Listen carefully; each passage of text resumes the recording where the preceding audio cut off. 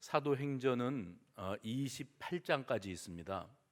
28장, 27장과 28장을 보면 바울이 죄수의 신분으로 로마로 압송되어져 가는 이 일련의 과정들이 아주 섬세하게 잘 묘사가 되어지고 있습니다.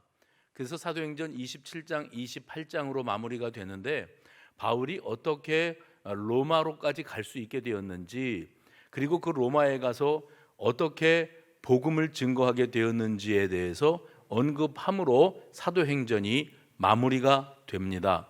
여러분 아시는 것처럼 사도행전은 예수님께서 부활하시고 승천하시는 장면으로 시작이 되어지고, 그리고 부활 승천하신 예수님 이후에 오순절 마가다락방에 모여있던 120명의 사람들에게 성령이 임하시는 성령 강림 사건으로 이어지게 됩니다. 그래서 오순절 성령 강림 사건으로부터 시작되어서 이 복음이, 예수 복음이 말씀하셨던 대로 예루살렘과 사마리아와 온 유대와 땅끝까지 어떻게 이 복음이 확장되어져 나가는지, 이 과정을 보여주고 계십니다. 그래서 사도행전을 묵상하실 때 그냥 사건으로 장면을 이어가면서 그 장면마다의 메시지를 받는 것도 의미가 있겠습니다만은 사도행전 전체의 흐름 속에서 우리가 놓치지 말아야 될 것은, 누가가 이 책을 기록을 했는데 그는 정말 예수 복음이 어떻게 널리 땅끝까지 퍼져나가는가에 관해서, 특별히 유대인들이라고 하는 그 울타리를 넘어 이방인들에게까지, 아시아라고 하는 울타리를 넘어 저 먼 유럽까지 정말 땅끝까지 복음이 증거되어지는 과정을 상세하게 보여주기를 원하고 있습니다. 이것이 하나님이 행하시는 복음 전파의 역사였다고 하는 사실을 그가 강조하기를 원하지요. 엄격히 말하면 갈릴리 지방은 예수님께서 성장하신 예수님의 고향인데 거기는 그야말로 촌동네입니다. 사람들이 갈릴리 사람 그러면 아예 그냥 무시해 버렸고, 갈릴리에서 뭐 선한 것이 날 수 있겠느냐 할 정도로 갈릴리는 그다지 보잘것도 없고 볼 것도 없고 인정하고 내세울 만한 것도 없는 그런 동네였습니다. 그런데 그 갈릴리에서 성장하신 예수님께서 예루살렘으로 오시지요. 예루살렘에 입성하시고, 그리고 그곳에서 예수님께서 체포당하시고 고초를 겪으시고 십자가에 달려 죽으시고 부활하셨습니다. 예수님께서 부활하시는 이 부활의 복음을 통해서 온 인류에게 구원의 기쁜 소식이 전파되어지지 않았습니까? 그래서 사도행전은 갈릴리 지방에서 시작되었던 그 복음의 역사가 예루살렘으로, 그리고 그 예루살렘에서 완성되어진 구원의 완성, 예수 그리스도의 십자가 대속의 죽음으로 말미암은 구원의 완성입니다. 부활을 통한 구원의 완성이 어떻게 이방의 땅으로, 특별히 이 세계의 중심이라고 했던 로마 한복판으로 찾아 들어갈 수가 있게 되었는가, 이 과정을 누가가 보여주기를 원하고 있습니다. 사실 지금 오늘 본문의 장면의 시작은 이거거든요. 바울이 체포되었습니다. 체포되어서 예루살렘 공의회 앞에 서게 됩니다. 바울이 뭘 잘못했는가? 그가 이때 당시 사람들이 생각할 때는 로마 권력이 지배하고 있는 이 지역에 바울이 예수 복음을 증거함으로 말미암아 사회가 혼란스럽게 되었다. 그리고 그 예수 복음 증거로 말미암아 이 사회가 어지럽혀지고 혼란되게 되어졌을 때 어떻게 이 바울을 처리할 것인가에 대해서 논쟁들이 있었고, 이 논쟁을 통해서 이제 바울이 어떻게 하나님 나라 복음을 널리 전파하지 못하게 할 것인가, 이 과정 속에서 그들이 했던 일이 뭐냐면 바울을 무죄 석방을 할 것이냐, 마땅한 죄를 찾지 못하니까, 아니면 바울을 사형에 처해서 아예 이 사회적인 암적인 존재로 몰아가서 그를 처치해버리고 말 것인가, 이 갈림길에 서는 겁니다. 고심고심을 하는데 이러지도 저러지도 못하게 되는 겁니다. 예루살렘 공의회가. 그래서 저들이 나름대로 내린 결론이 무엇이었는가 하면 바울을 로마로 보내자. 로마 황제 시저 앞으로 보내서 모든 주권을 가지고 있는 그가 바울이 유죄라든지 무죄라든지 뭐 죽일 것인지 살릴 것인지를 로마 황제가 결정하도록 하자 하는 결론을 내립니다. 그래서 바울은 사실 그 사회에서 뜨거운 감자가 됐어요. 이러지도 저러지도 못하는 사람이라 그들이 내린 결정대로 예루살렘에서 로마로 압송, 죄수 압송입니다.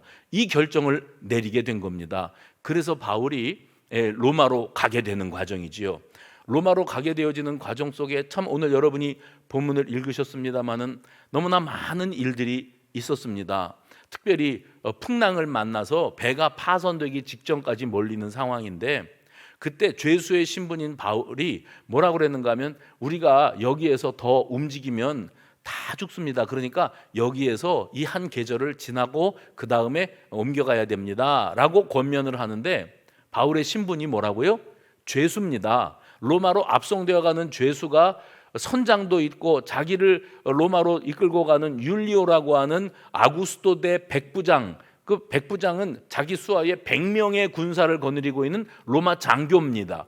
이 율리오라고 하는 백부장도 있고 그 다음에 선장도 있고 한데 그들에게 이래야 됩니다 저래야 됩니다 라고 얘기했을 때 그들이 바울이 하는 말을 코로도 안 들었어요. 그냥 무시해버리고 맙니다. 왜냐하면 책임은 자기들에게 있고 주권도 자기에게 있으니까 우리가 알아서 한다. 너는 그냥 죄수답게 가만히 있어라 해서 바울이 아무 소리도 못하게 합니다.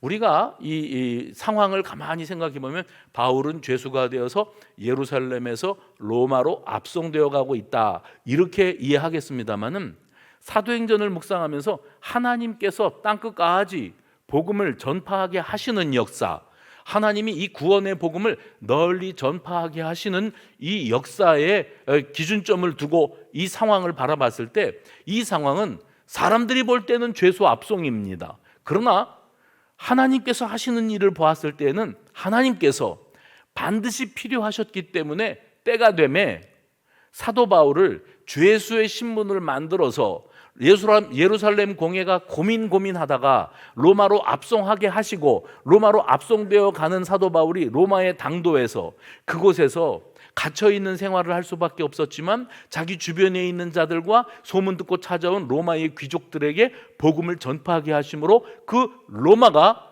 기독교 국가가 되게 만들어 가게 하시기 위한 하나님의 역사, 이 계획이 진행되고 있었던 겁니다. 그래서 단편적으로 죄수의 로마 압송이다 이렇게 볼 게 아니라 하나님의 선교사 파송이다. 오늘 본문을 이런 차원에서 볼 줄 아는 눈이 우리에게 열려지게 되기를 바랍니다.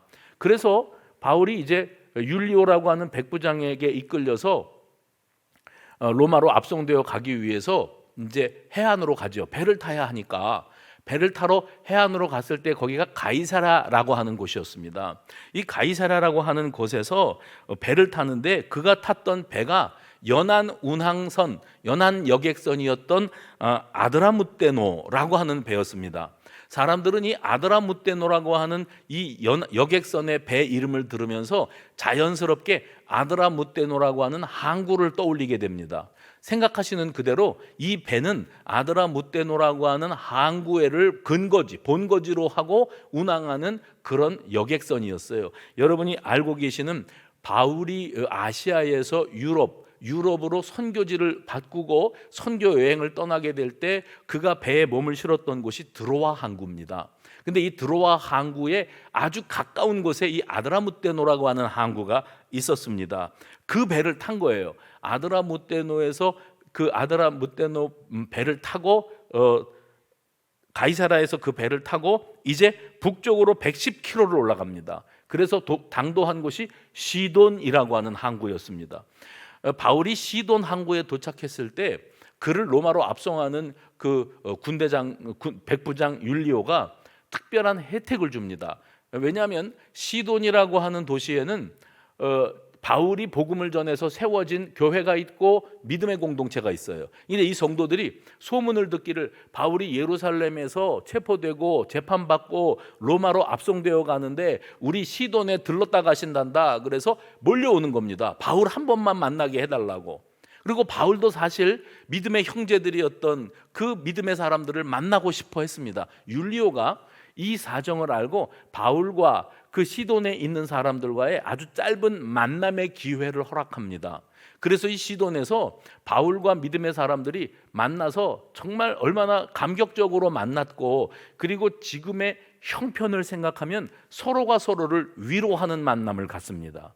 바울에게 위로를 안겨주고, 바울 또한 그들에게 내가 이렇게 죄수가 돼서 로마로 가지만 여기에는 하나님의 뜻이 계시다. 너희들도 낙심하지 말고 힘을 내고 하나가 되어서 이 신앙을 견고하게 지키라. 이렇게 권면을 하고 이제 시돈을 떠납니다.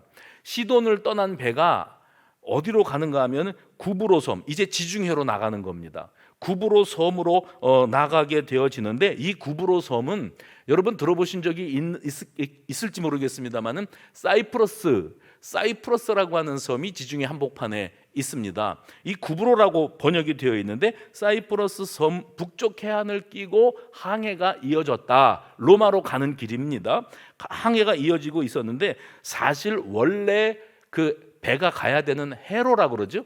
해로는 이 구브로 섬 남쪽 해안을 끼고 가는 게 정규 해로입니다. 그런데 왜 북쪽으로 방향을 잡았는가? 왜 해로를 벗어났는가?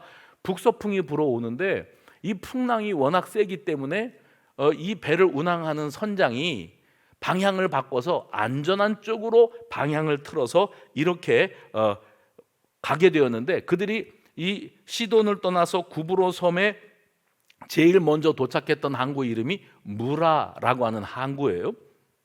여기까지, 무라에 오기까지 그 율리오라고 하는 백부장이 자기가 세워놨던 죄수 바울 로마 압송 계획이 여기까지, 무라 항구에 오기까지 착착 진행됐습니다. 큰 어려움 없이 왔어요. 근데 무라 항구가 왜 중요한가 하면, 여기서 계속 배를 타고 가면 로마로 못 갑니다. 여객선이라고 그러지 않았습니까? 이 배는 터키의 연안을 항해하는 여객선이에요. 그래서 무라 항구까지만 이 배를 타고 가서 거기서 하선하고, 그리고 어디에서 로마로 가는 배가 무라 항구에 들른다는데 그 배를 타고 로마로 가면 되겠다, 환승하는 겁니다. 그 계획을 짰어요. 그런데 이제 무라 항구에서 내려가지고 갈아탈 배는 어떤 배인가? 알렉산드리아 선단이라 이렇게 이름 붙여져 있는 배의 무리인데, 이 배들은 어디서 오는가? 저 아래쪽 이집트, 애굽에서 그 나일강 유역에서 나는 풍부한 곡식들이 있지 않습니까? 이 곡식들을 싣고 로마로 실어 나르는 그런 배입니다. 선단 그러면 배의 무리를 말하는데, 학자들은 이 선단을 어떻게 이해하고 있는가 하면 셔틀입니다.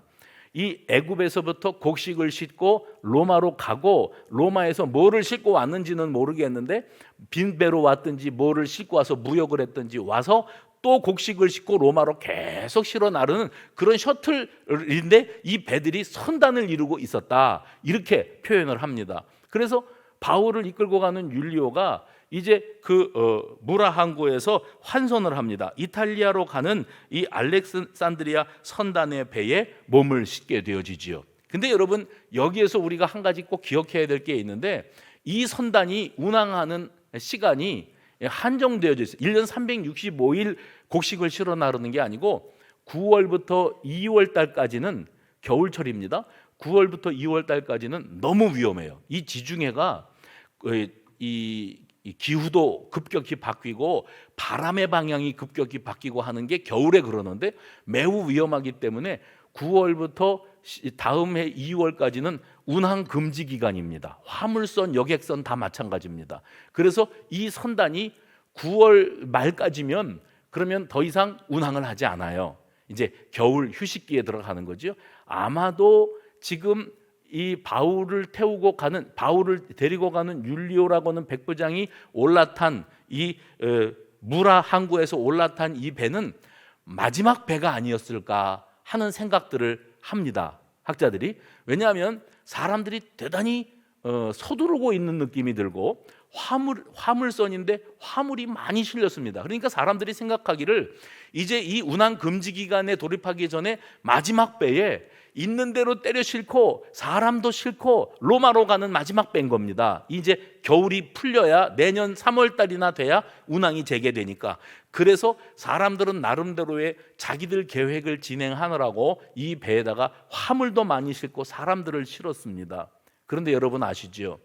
그러면 운항 금지 기간이 9월까지고 10월부터 2월까지는 만약에 운항 금지다. 그러면 날씨가 폭풍우가 9월까지는 참고 기다렸다가 2월까지만 불다가 3월부터는 다시 잠잠해집니까? 자연계가 그런 게 아니지요. 사람들은 그렇게 계산을 하고 그 기간을 운항 금지 기간으로 세웠다 할지라도 풍랑은 인정사정 봐주지 않는 겁니다. 뭘 말하는가 하면 사람이 세워놓은 치밀한 계획, 운항 계획입니다. 배로 사람을 실어 나르는 이 계획이 있다 할지라도 자연을 다스리고 통치하시는 분은 하나님이신데 그 모든 것을 사람의 힘으로 거스르거나 막을 수가 없다는 겁니다. 실제로 오늘 본문에 보면 이 무라 항구에서 배를 갈아타고 로마로 가려고 하는 이 과정 가운데 얼마 가지 않아서 니도라고 하는 항구로 갑니다. 왜 니도라고 하는 항구로 가게 되었는가 하면 이때 당시에 배들이 다 범선입니다. 돛단 배란 말입니다. 여러분 알고 계시는 것처럼 이 돛에다가 이 널리 많은 이 천들을 걸어놓고 바람의 힘으로 나가는 이런 배인데 바람이 역풍이 불어오는 겁니다. 바람이 밀어줘야 배가 전진하겠는데 이거를 돌리고 해서 바람을 받아가지고 타고 전진하려고 해도 바람의 방향이 계속 바뀌기 때문에 도무지 전진이 안 돼요. 그래서 일상적으로 내가 길이 막혀서 평소에는 5분 10분이면 올 거리를 1시간이 걸려서 와버렸네, 이런 이야기들 하지 않습니까? 이때 저들이 무라항에서 니도항으로 갈 때 그렇게 바람이 힘들었어요. 그래서 시간이 오래 걸렸습니다. 겨우겨우 니도항에 도착을 했는데 이래 가지고서는 이 항해가 계속 이어질 수가 없겠다 해서 저들이 불어오는 역풍을 뚫고 배의 방향을 남쪽으로 틀었습니다. 역시 저들의 일상 해로를 벗어난 겁니다. 남쪽으로 방향을 틀어서 그레데라고 하는 섬으로 가게 됩니다. 이 그레데 섬에서 남쪽 해안을 따라서 섬 중남부에 자리하고 있는 미항이라고 하는 곳에 겨우 도착을 했어요. 이 미항이라고 하는 성에 도착했을 때, 항구에 도착했을 때 예상 밖으로 시간도 너무 많이 걸렸고, 오늘 본문의 9절 말씀해 보시면 금식하는 절기가 이미 지났다. 27장 9절에 금식하는 절기가 지났다. 이건 무슨 말인가 하면 바울의 경험에 의해서 볼 때에 이 시기는 항해하기가 매우 부적절한 시기다 하고 판단을 한 겁니다. 그러나 말씀드렸던 것처럼 이 항해의 결정권자는, 주도권을 가진 자는 선장이고, 그리고 행정적인 주도권을 가진 자는 율리오입니다. 백부장입니다. 이 사람들이 바울이 말하는, 그러니까 지금은 때가 아닌 것 같습니다, 우리가 이 미항에 그냥 정박하고 계절이 바뀌기를 기다려야 됩니다 하는 말을 코로도 안 들었다니까요. 이런 일고의 가치도 없는 이야기로 여기고 자기들끼리 회의를 했습니다.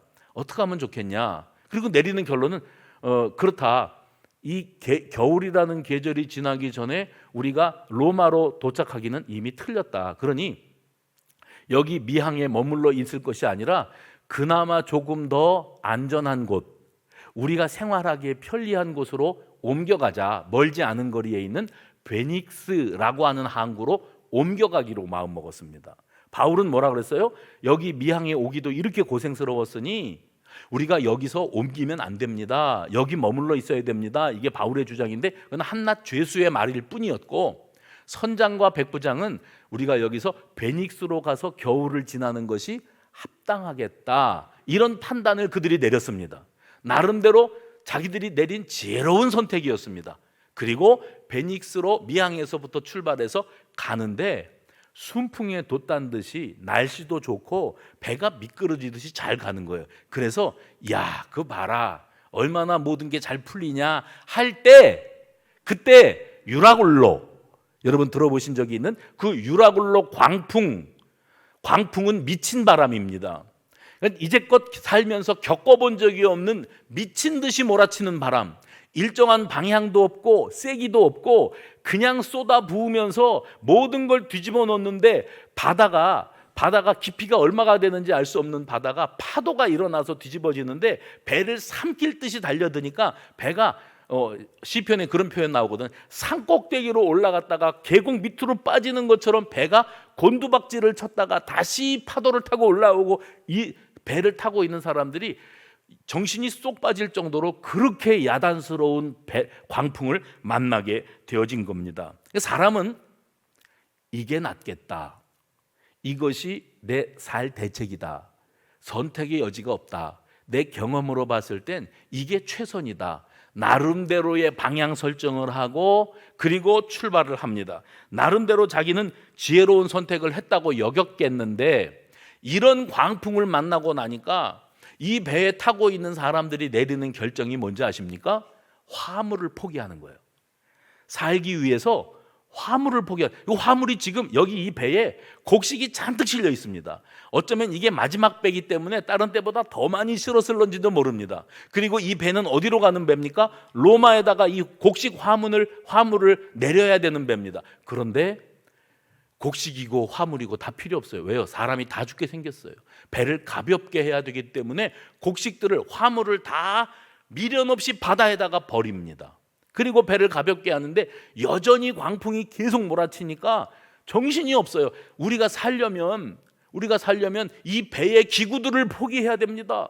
묵직묵직한 배의 기구들을 바다로 다 던져버립니다. 그러면 그야말로 배를 통제할 수 있는 어떤 기능도 다 내버리고 이력편주 그러지 않습니까? 그 망망대해의 배가 표류하는 겁니다.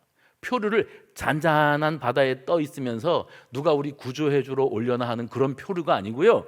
이 배가 지금 정신을 쏙 뺄 정도로 미친 파도, 미친 바람 속에서 휘둘리고 있으면서 언제 파손될지, 언제 다 빠져 죽을지 알 수 없는 그런 표류를 하게 되어집니다. 그런 표류를 얼마를 했다고 성경이 말하고 있냐면 14일을 그랬답니다. 14일을. 여러분, 지진이 일어나갖고 진도 7.2의 지진이 일어나가지고 4만 명이 넘는 사람이 죽는데 걸리는 시간이 1분에서 2분입니다.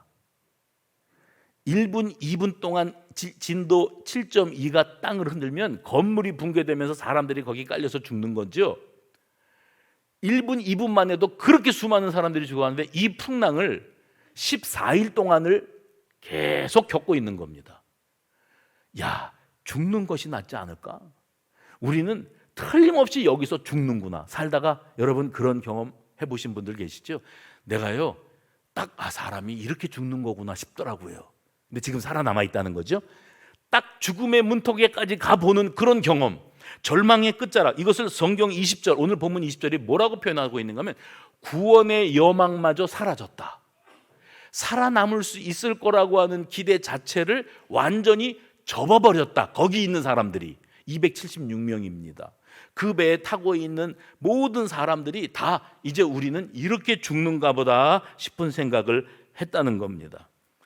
그런데 율리오는 사실 이 바울, 로마로 압송되어 가는 죄수 바울을 로마까지 데리고 가기 위해서 나름대로 일정을 짰지요.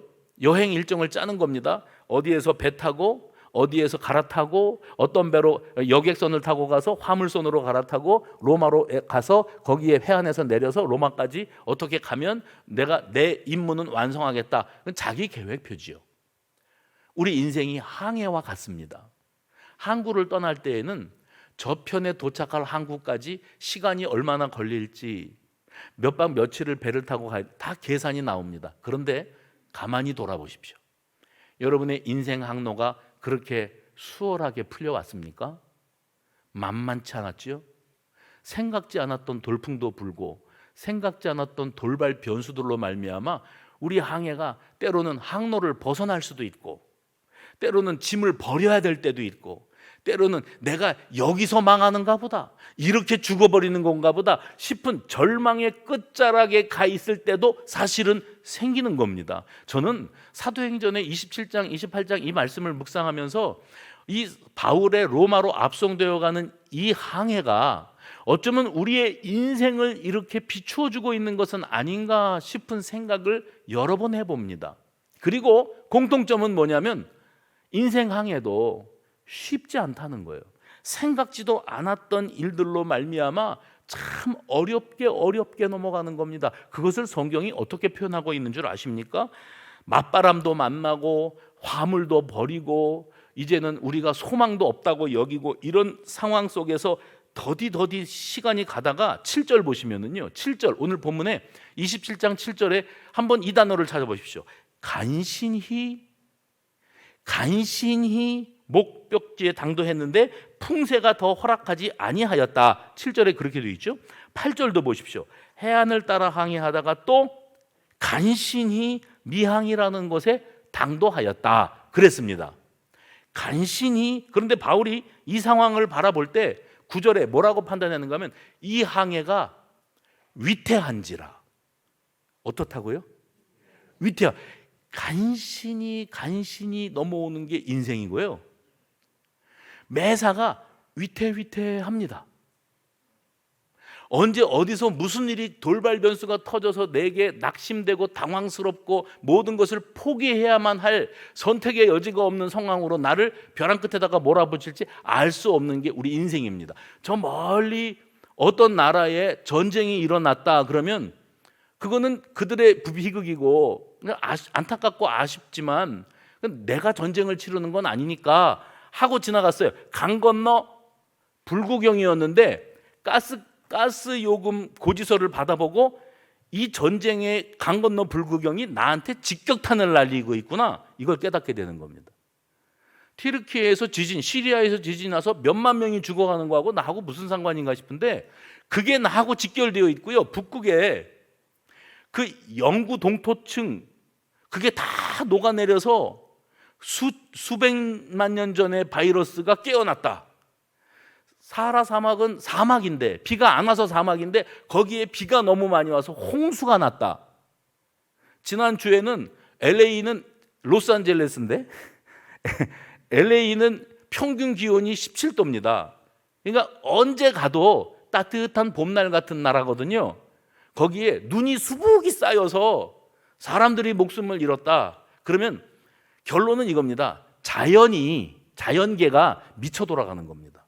근데 어떻게 진단하는가 하면 엘니뇨 현상이고 사람들이 석유 화학 제품들을 쓰고 그래서 파괴됐고 플라스틱 공해가 어떻고 이런 걸로 진단들을 내리는 거예요. 그러면서 우리가 뭐를 절제해야 되고 뭘 어떻게 해야 되고, 그런데 사실 우리 인생을 살아가면서 주가가 또 금리가, 금값이, 여러분이 투자해 놓은 어떤 부동산의 가치가, 또 보이지 않는 자산들, 그런 것들이 나하고 직결된 거죠. 내가 죽어라고 모아놓은 거니까. 그런데 이게 광풍을 만나가지고 이것이 요동을 칩니다. 내가 뭘 잘못했습니까?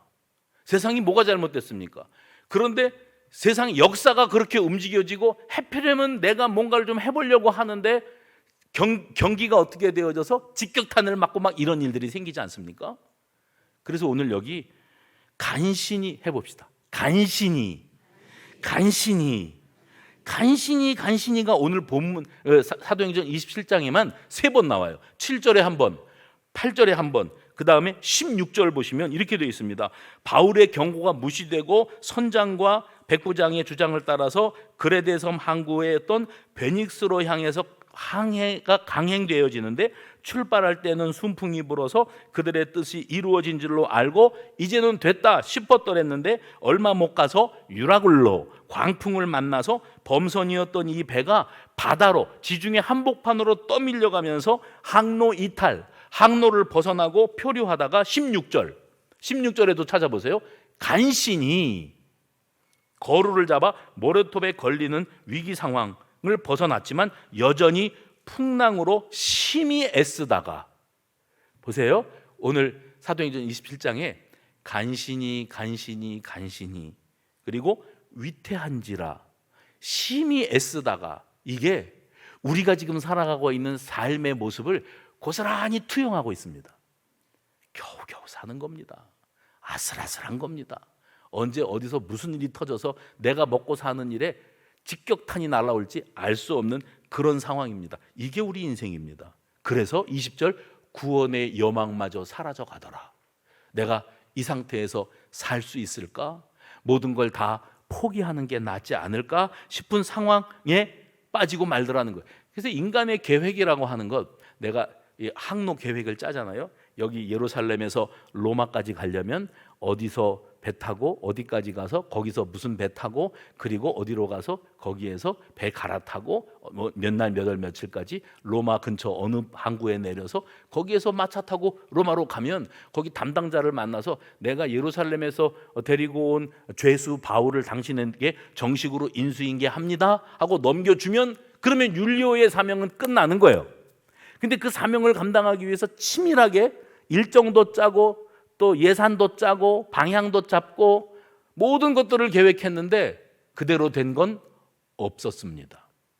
그의 계획은 아무 소용이 없었어요. 간신히 버텨오면서 우리 인생이요, 위태롭게 아슬아슬하게 항해하는 인생이더라는 말씀입니다. 그래도 결국에는 그 풍랑에 밀려서 쫓겨다니듯 표류하였습니다. 표류하는 인생. 그래서 그들이 이제는 여기선 더 이상 방법이 없다, 이걸로 끝나는가 보다, 절망의 끝자락에 서 있었는데 믿음의 사람 바울이 그 배에 타고 있다는 겁니다. 주도권이, 제가 그랬죠, 사도행전에서 누가는 이 글을 쓰면서 이런 절체절명의 상황 속에서 주도권이 선장에게 있고, 항해니까요, 선장에게 있고 백부장에게 있었는데 저들에게서 주도권이 사도 바울, 죄수에게로 넘어가고 있는 과정을 보여준다. 이것을 통해서 이것은 단순한 죄수 압송이 아니라 하나님의 선교사 파송이었다, 하나님이 행하시는 일들이었다는 사실을 저들이 깨닫게 되었다, 이것을 보여주고 있습니다. 바울은 말합니다. 내가 미항에 머물렀을 때 어렵게 거기까지 왔으니 여러분 무리수하지 마십시오. 여기에 그냥 머물러서 한겨울이 지나기를 기다립시다 했을 때 백부장이나 선장은 저 바울이 잔머리 굴린다, 로마에 가면 즉결 처형을 당할 거니까 하루라도 더 살아보기 위해서 머리 쓴다, 이렇게 오해했을 겁니다. 그래서 자기들끼리 머리를 맞대고 한 게 미항에서 안 있고 베닉스로 간다. 이건 무슨 자존심입니까? 베닉스로 가다가 유러굴로 만나고 다 죽게 생겼어요. 그 상황 속에서 바울이 그들을 책망합니다. 내가 뭐라 그랬냐? 당연히 그 소리 나올 만하지요. 내가 뭐라 그랬냐 하면서 그들이 왜 그런 선택을 했는지의 원인을 진단하는데 제일 먼저가 뭐냐면 과욕. 뭐라고요? 과욕, 지나친 욕심입니다. 게다가 자만심, 너는 틀렸고 나는 맞다, 자만심. 그리고 결정적인 게 미련한 현실 진단. 미련한 현실 진단. 이것 때문에 너희가 무리수를 두다가 오늘날 이런 낭패를 겪지 않았느냐? 내가 그때 뭐라 그랬느냐? 이런 일을 결정하는 데는 너희들이 신중해야 된다고 말하지 않았느냐? 여러분, 경고의 종소리라는 게 있어요. 경고의 종소리, 이걸 경종을 울린다 이렇게 말하죠. 근데 이 시대를 이끌어가는 리더들, 특별히 뭐 정치 지도자들이나 경제를 이끌어가는 어떤 이들이나 뭐 사회에 주도적으로 주관하는 모든 이들에게 경종이 울리거든요. 근데 그 원인은 어디냐면 당신이 지금 뭐 하나에 꽂혀가지고 몰두하느라고 주변을 살피지를 못해. 그래서 그렇게 밀어붙이다가는 나중에 후회해, 낭패를 당해. 죄 없는 백성들은 지도자 한 사람 세워가지고 경종이 울리는데 그 경종을 듣지 못하고 내가 옳다, 잔소리 말고 나만 따라라 그랬을 때 그 백성들은 피눈물을 흘리는 겁니다. 우리가 역사 속에서, 세계 역사, 우리 국내 역사 속에서 그런 일들을 참 수많이 겪지 않았습니까? 경종을 울릴 때, 경고의 종이 울릴 때는 지도자가 가던 길을 멈추고 객관화, 내가 지금 하고 있는 일이 역사에 어떤 심판을 받겠는가, 이게 무리수를 두는 게 아닌가, 내가 어리석은 선택, 미련한 현실 진단을 한 건 아닌가 생각할 줄을 알아야 되는데 이 사람들은 자기들에게 주어진 권리라고 여기고 죽이 되든 밥이 되든 우리가 주권자고 우리가 책임질 테니까 죄수인 바울은 입 다물고 가만히 있어라, 이게 그들의 주장이었던 겁니다. 경종을 무시했지요. 한국 교회도, 한국 사회도, 한국 정치도, 한국의 경제도 모든 면에서 경종이 울리고 있는데 이게 안 들리는 겁니다. 어떤 사람들에게요? 주권을 가지고 있는 사람들, 이 결정권을 가지고 있는 사람들에게 그건 안 보이고, 그리고 지금 그냥 이대로 가는 겁니다. 밀어붙일 겁니다. 그것이 바로 어리석은 선택의 주된 원인이 되고 마는 겁니다. 그런데 말씀드린 것처럼 오늘 이 배에 화주도 있고 선장도 있고 백부장도 있고 결정권을 가진 주도권을 가진 사람, 리더들이 있는데 한낱 죄수에 불과한 바울이 그러면 안 된다, 이건 참 무모한 일이다 하고 말을 했을 때, 저들이 풍랑 만나갖고 다 죽게 생겼을 때 비로소 우리가 생각했던 것이 너무 경솔했다, 바울의 말을 들었으면 우리가 이런 고생은 안 했을 텐데 하는 사실을 깨닫습니다. 과욕이 화를 부릅니다. 해봅시다. 과욕이 화를 부릅니다. 조금만 더, 조금만 더. 그게 화를 부르는 거예요. 그래서 요거 투자해서 사업을 해봤는데 그것도 내 돈으로 하니까 남의 돈 빌려다가 했는데 이게 된단 말이죠. 그러면 하나 갖고 이만큼을 벌었으면 이게 2개면은 따블을 벌겠네, 3개를 차리면 따블을 벌겠네, 이런 계산으로 일을 벌렸다가 생각지 않았던 돌발 변수 때문에 한 번에 털어먹는 사람들을 많이 봤습니다. 우리 대한민국 역사 속에 그 유명했던 대그룹의 회장님들, 이름만 댈만 알만한 분들이 역사 속으로 사라진 게 단지 뭐 정치적인 환경과 여건 변화 때문만은 아닙니다. 과욕, 사람은 경종을 못 들어요. 도박하는 사람들이 빠지면은 너 그만해, 거기까지만 해, 안 되지요. 안 되죠. 이 기왕 흐름을 타면은 계속 베팅을 해야 엄청 벌어들일 거 아닙니까? 그러다가 곤두박질 치죠. 주식 투자하는 분들도 보니까 거의 그런 케이스로 가십니다. 남 좋은 일 시키느라고 죽어라고 고생들 하십니다. 오늘 여기 과욕, 조금만 더 하다가 이렇게 큰 고통을 겪는데, 그런데 여러분 다 죽게 생겼지요? 바울이 이렇게 말합니다. 여러분 안심하십시오. 다 죽을 것 같지요? 다 죽지 않습니다.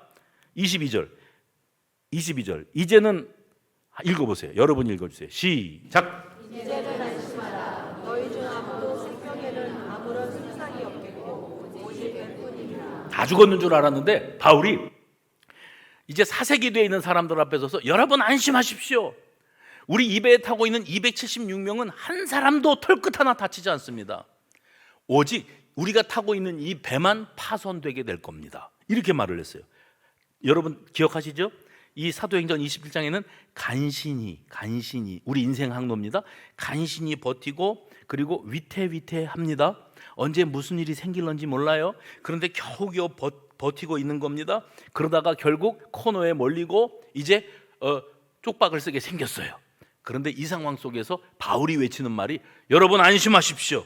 여러분이 두려워하는 그런 일은 일어나지 않습니다. 22절과 25절 두 번이나 안심하라고 말을 합니다. 그가 그렇게 안심하라고 큰 소리 칠 수 있었던 근거가 있어요. 23절 보십시오. 이렇게 되어 있습니다.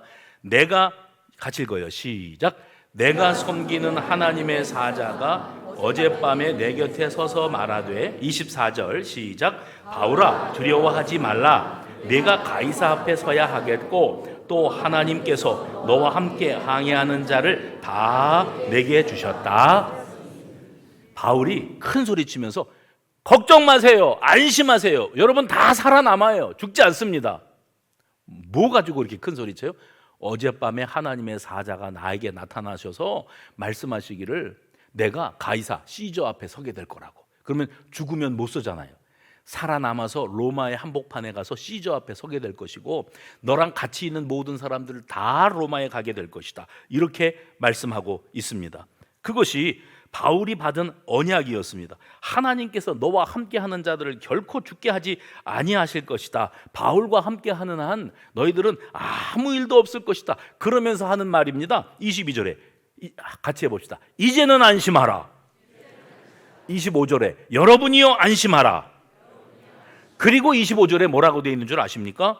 나는 내게 말씀하신 그대로 되리라고 하나님을 믿노라. 아멘을 이렇게 작게 할 줄은 상상도 못했어요. 나는 내게 말씀하신 그대로 되리라고 하나님을 믿노라. 지금 유라굴로 광풍 때문에 혼이 쏙 빠졌다니까요. 사람들이 삶의 여망이 사라져서 이렇게 죽는구나, 이렇게 망하는 거구나, 이제 나는 끝이구나 이러고 여기고 있는데 안심하십시오. 여러분들에게 하나님이 주신 말씀이 있습니다. 나에게 주신 말씀이 있습니다. 우리는 간신히 버티면서 여기까지 왔습니다. 우리 인생 항로가 만만치 않습니다. 위태로운 현실을 이어가면서 쫓기듯이 살아가면서 살아보겠다고 아등바등 발버둥을 치고 심히 힘쓰고 애써봐도 구원의 여망이 보이지 않아요. 집값은 곤두박질 치고 가스값은 올라가고 오르지 않는 것은 월급밖에 없고 살기는 죽어라 하죠. 구원의 여망이 없어요. 그런데 하나님께서 바울에게 주신 메시지, 그래서 영적 리더가 정말 중요한 거예요. 여러분, 저는 봤습니다. 뭘 봤어요? 제가 로마의 시저 앞에 있더라니까요. 하나님이 그 약속을 주셔서 내가 그것을 믿습니다. 그러니까 아무 걱정하지 마십시오. 그러면서 배의 그 깊이를 재는 거 있죠. 그 배가 지금 얼마만큼의 깊이를 운항하고 있는지를 재는 사람이 점점 이게 짧아지고 있습니다. 뭘 말하죠? 육지로 배가 다가서고 있다는 것을 뜻합니다. 그래서 풍랑도 어느 정도 가라앉는 듯 보이면서 배가 육지에 다가서고 있다고 했을 때 바울이 사람들을 한 곳으로 다 모읍니다. 모아서 어떻게 했는가? 떡을 가져다가 축사하고 떼어 먹게 했다. 떡을 가져다가 축사하고 떼어 먹게 했다. 어디서 많이 본 장면 아닙니까? 예수님의 최후의 만찬입니다. 바울이 그 사람들에게 떡을 나눠주면서 하는 말이 이것이 너희의 구원을 위한 것이고 너희 중 머리카락 하나도 잃을 자가 없으리라. 34절입니다. 이렇게 선언을 했어요. 안심하십시오. 두려워 마십시오. 하나님이 말씀하신 대로 될 겁니다. 여러분은 죽지 않습니다. 이것으로 망하지 않아요. 다 살아남습니다. 우리는 로마로 갑니다. 이게 바울의 확신입니다. 그리고 바울의 영적 리더십에 사람들이 감동하지요. 그리고 44절에 뭐라고 돼 있냐면 간신히 여태까지 그래 왔지 않습니까? 간신히 위태하게 그렇게 왔던 이들이 44절 보시면 마침내 다 상륙하여 구조가 되어집니다. 마침내 간신히 위태롭게가 겨우겨우 버티던 인생이 마침내 육지에 당도했어요. 예전에 제가 살던 동네 그 녹본동이라고 하는 동네가 있거든요. 서울에. 거기에 가면 제가 극장 이름을 얼른 지금 까먹었는데 이렇게 좀 삼류극장이 있어요. 삼류극장은 뭐냐면 동시상영을 해요. 예전에 그랬어요. 동시상영을 하면 한 번 들어가서 앉으면 2편씩 볼 수 있어요. 근데 제가 혼자서 극장에를 들어가, 그때는 또 뭐 시작할 때만 들어가는 게 아니라 아무 때나 들어갈 수 있었어요. 동네 삼류극장이니까. 들어가서 앉았는데 영화가 시작된 지가 반이 지났어요. 중간부터 보는 거예요, 영화를.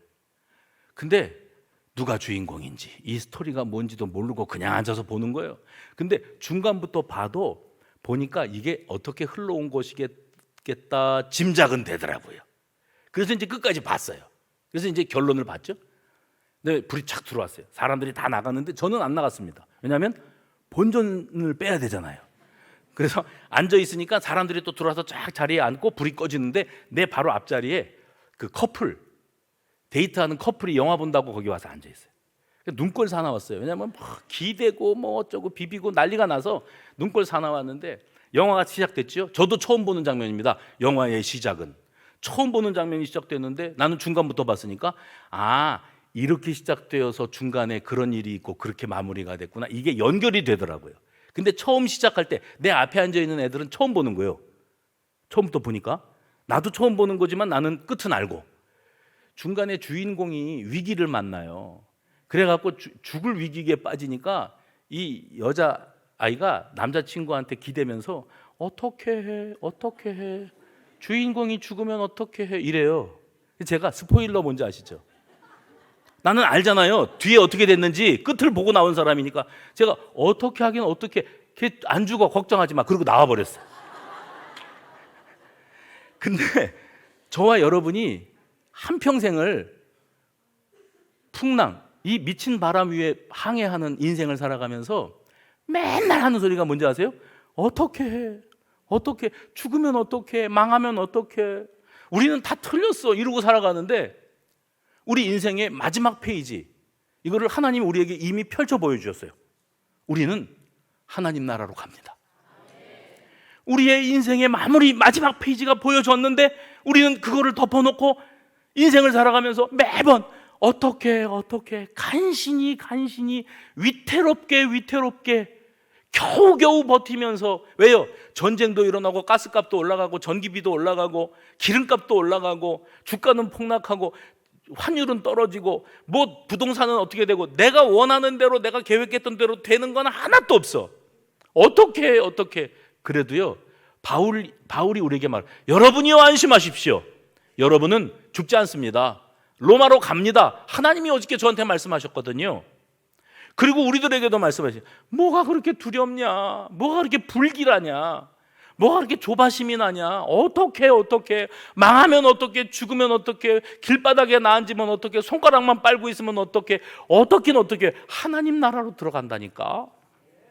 아멘이 이렇게 작을, 하나님 나라라니까, 천국이라니까. 엎어지든 자차지든 풍랑을 만나든 지진을 만나든 질병이 창궐하든 너희들은 하나님의 나라로 간다니까. 믿으시기 바랍니다. 나 두려움 없도다. 주 예수님이 우리를 깨워서 우리를 이끌어가고 계신다. 이 찬양의 후렴이 저와 여러분의 신앙 고백이 되어지시기를 주의 이름으로 축원합니다.